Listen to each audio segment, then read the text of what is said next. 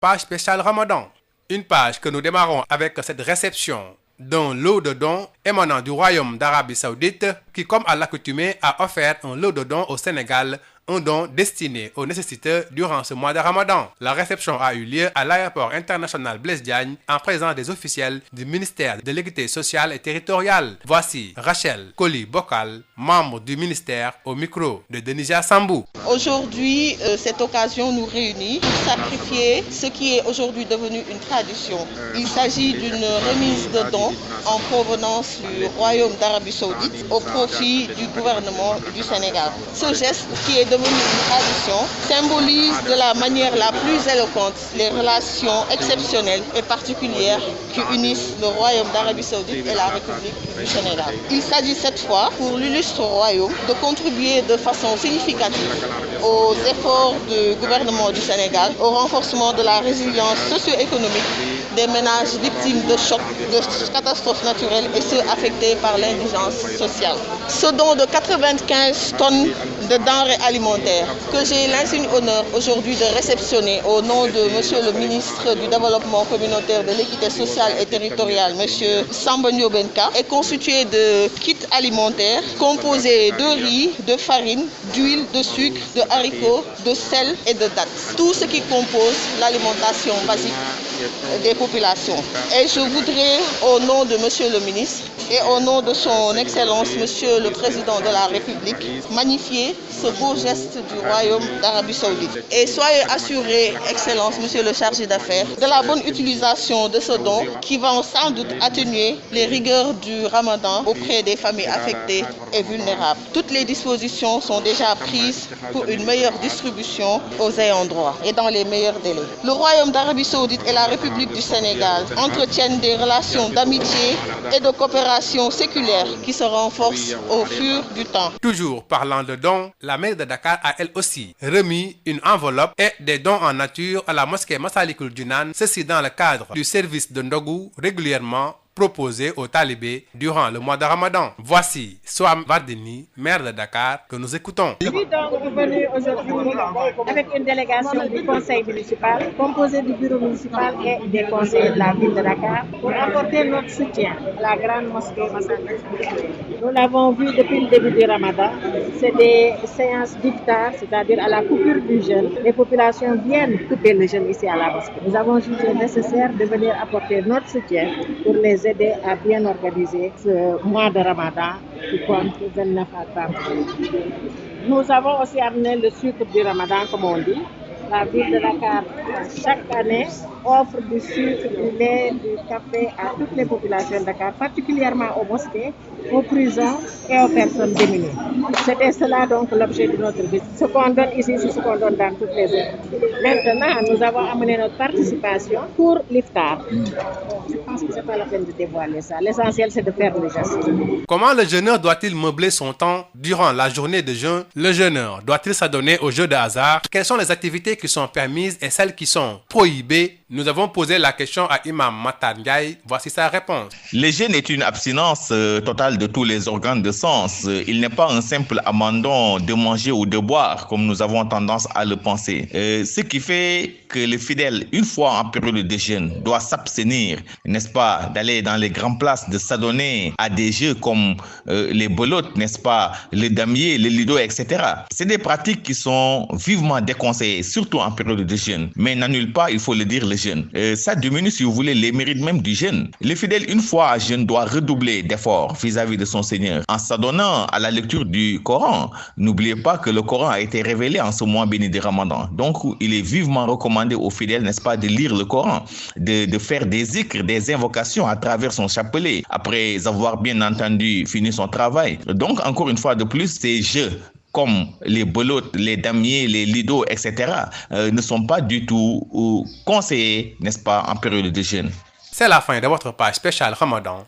Merci. C'est une page spéciale Ramadan. Ni mu ko baaxoo defee buuru Arabie Saoudite jot na jébbal ndimbal gu am solo réew Sénégal jaaree ko ci ministère bi nga xam ne mooy lépp lu jëm ci wàllu équité sociale ak territoriale ngir daal réceptionner ay don yoo xam ne bëri na te wuute da nga ko jagleel ñi néew doole ci réew mi rawatina nag jamonoy weeru koor wi le nañ ci déglu Rachel Coly Bokal bokk ci ministère boobule ci micro Denisia Sambou. alors tey dañ fi ñëw nii pour réceptionner benn don bi nga xamante ne royaume Arabie Saoudite maanaam buuru Màkk centre buuru Màkk action humanitaire moo ko jagleel population yi nga xamante ne dañoo loru woon ci mbënd mi ci Sénégal. don bi mu ngi nekk 95 tonnes ñu def ko en kit alimentaire ci kit alimentaire boobu dina am ceeb am dëwlin am suukar am farine am haricot am xorom am dat maanaam tàndarma pour jàppale nit ñi nga xamante ne dañoo loru woon mais aussi ñi nga xamante ne seen loxo jotul seen ginnaaw ndax ñu dimbali leen ci koor bi loolu moo waral tey ñu ñëw réceptionner don bi lii nag du ne buleet parce que ni ngeen ko xamee Arabie Saoudite chaque fois ci koor gi day indi ay dat ay tàndarma yi nga xamante ne Màkk la jóge jagleel ko sénégalais yi nga xamante ne dinañ ko jox famille yi nga xamante ne dañoo néew doole dinañ ko jox mosquée yi dinañ ko jox këru diine yi dinañ ko jox prison yi dinañ ko jox aussi hôpitaux yi donc lii dafa di loo xamante ne yàgg na ci suñu diggante Sénégal ak Arabie Saoudite donc ñu koy rafetlu n'est-ce pas di ñaan yàlla ñu continuer ci di ci sax te di remercier aussi roi Salman bi nga xamante ne mooy buuru Màkk ci geste bi nga xamante ne centre bi nga xamante ne moom mooy fondation pour ay action humanitaire ak de secours moo ko jagleel tey ci Sénégal pour ñu mën a jàppale suñu population yi nga xamante ne dañoo loru woon mais aussi population yu néew doole. ba léegi ci wàllu jot ak jokkalante ay ndimbal mairie Ndakaaru jot na it mairie Ndakaaru demoon na fële ci Massalikul Jinaan ngir jébbal li nga xam ne moo jëm ci wàllu gunge bu muy gunge jumaa joojule jëm ci wàllu weeru koor wi ay koppar yu takku nag jot nañ ko fa lim daal di koy jébbal jëwriñ Mbàkke yu fay ci déglu maire Ndakaaru Soham Wardini jëwriñ Mbàkke yu fay jot na it rafetlu doxalin bi nga xam ne maire Ndakaaru jot na ko def ci jumaa ji. ndeyjoor lu mu la defal. waaw su ko ndeyjoor mënagul a fay. bu coow làmmiñ jóg. loolu moom la alxuraan naan wa ama bi ni'mati rabbika fa haddis. kon nit bu la defalee lu baax. ne kon nit bu la defalee lu baax. te bu la ko defalee. te bu la ko defalee. doo ko sànni. doo ko sànni. da nga koy jëfandikoo. da nga koy jëfandikoo. bu ñëpp toogee. bu ñëpp toogee nag. na nga ko sant. na nga ko sant nag. ndax loolu la yàlla digle. ne ndax loolu la yàlla digle. bi nga xamee xalifa dem na. ne bi nga xamante ne xalifa dem na.